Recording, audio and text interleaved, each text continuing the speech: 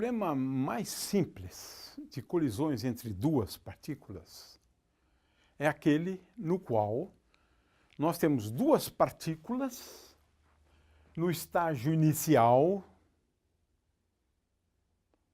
Depois, essas partículas interagem e, finalmente, depois da colisão, elas saem.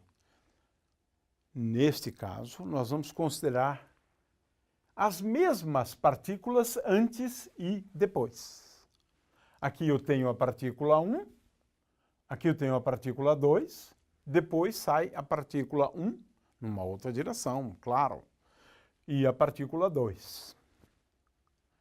Nós vamos aqui apenas esquematizar a resolução de todos os problemas, porque às vezes os dados são uns, outras vezes os dados são outros.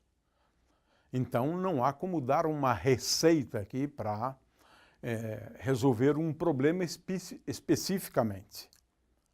O que nós vamos dizer aqui é o seguinte: para todos os problemas, nós devemos fazer o que vamos indicar agora.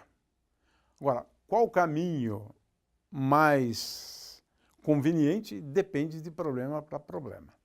Muito bem, então, num processo de colisão de duas partículas indo em duas partículas, nós temos, então, no sistema, porque é sempre um problema lembrar, né, que nós, é sempre bom lembrar, né, que nós sempre podemos fazer uso de dois referenciais, né? Então, no referencial do laboratório, nós temos o quadrimomento da partícula 1, né? Isto antes, né? É sempre bom lembrar que esse quadrimomento, por outro lado, ele é dado, ou tem componentes, a energia da partícula 1 sobre C e o P da partícula 1, né? Esse é o primeiro quadrimomento, né? O segundo quadrimomento importante é o P2, é o Pmi, índice 2, agora para a partícula 2, que nós vamos escrever como sendo igual a E2 sobre C e aqui P2, né?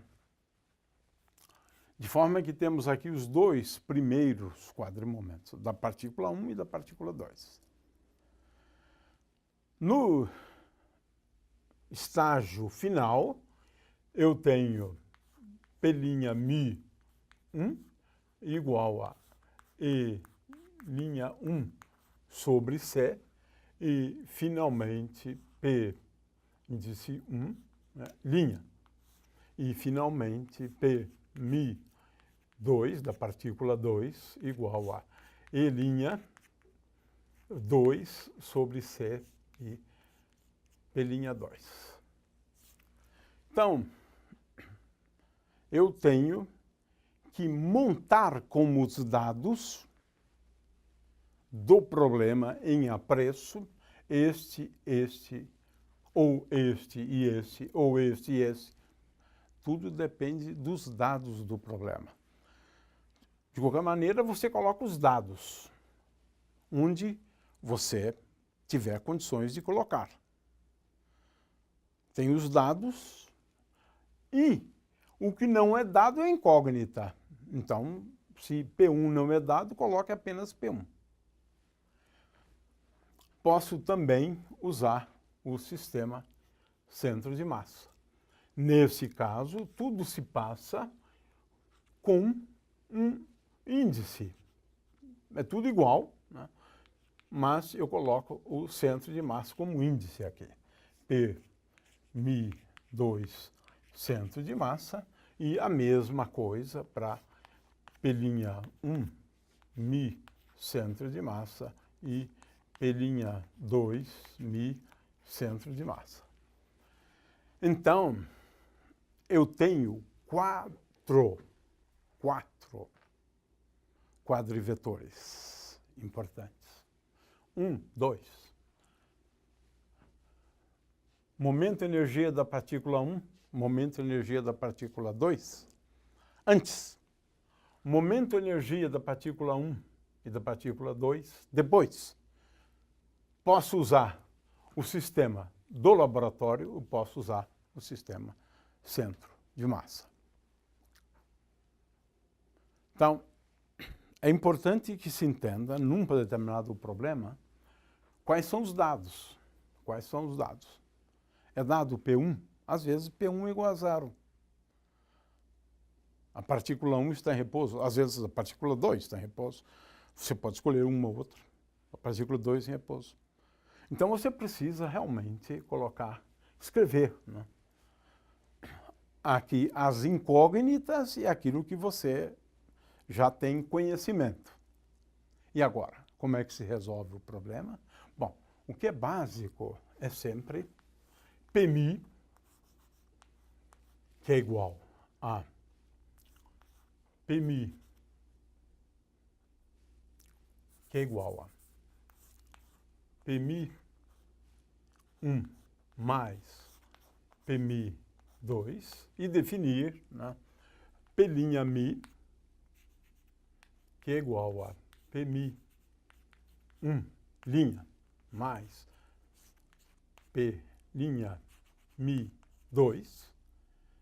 O que é isso aqui? É o quadrimomento total antes e o quadrimomento total depois. O que a gente pode dizer? Bom, essa é a equação fundamental. Pmi igual a P'Mi. Pronto. Agora, isso é verdade tanto no laboratório quanto no sistema centro de massa. Lá eu escrevo Pmi Cm é igual a P'Mi Cm. Pronto. Posso usar isto. Quais são os invariantes? Porque, além disso, a gente tem que recorrer a invariantes. Claro que na aula de exercícios a gente vai poder, né, explicar muitas vezes qual é o melhor invariante a ser considerado. Mas vamos lá. Primeiro invariante, né? O primeiro invariante é Pmi. Então, que é a mesma coisa, usualmente a gente escreve isso aqui como sendo P, escalar P. Usar esse invariante é importante, porque se ele é invariante, ele também se aplica ao referencial do laboratório. Portanto, isso aqui é igual a Pmi, né, no centro de massa, escalar Pmi, né, Pmi no centro de massa. Produto escalar de Pmi no centro de massa. Portanto, se ele é invariante, eu posso calculá-lo tanto no sistema de laboratório quanto no sistema centro de massa. Esse é um primeiro invariante importante, né? Outros invariantes, mas aí depende do problema que temos em mãos. Mas temos aqui 4 invariantes que eu gostaria de chamar a atenção, né, que podem ser úteis, dependendo do problema, dependendo do que você tem como dado. Um é P1Mi, escalar Pmi, esse é um invariante. P2Mi, escalar Pmi, esse é um outro invariante que pode ser útil, né? P'1Mi, escalar Pmi, e finalmente P'2Mi, escalar Pmi. É claro que eu considerei 4 invariantes no sistema do laboratório, mas eu posso também, em função do problema que é dado, eu posso também construir mais 4 invariantes, os mesmos, mas no sistema centro de massa. Então, tudo gira em torno, basicamente, de uma invariante. Uma invariante. É claro que esse PP também é a mesma coisa que P', claro. Então, esse é um invariante extremamente importante. Este aqui é sempre útil, né, no estudo de colisões elásticas de duas partículas, né? Além desse invariante, em função dos dados, você tem ainda em mãos 4 invariantes.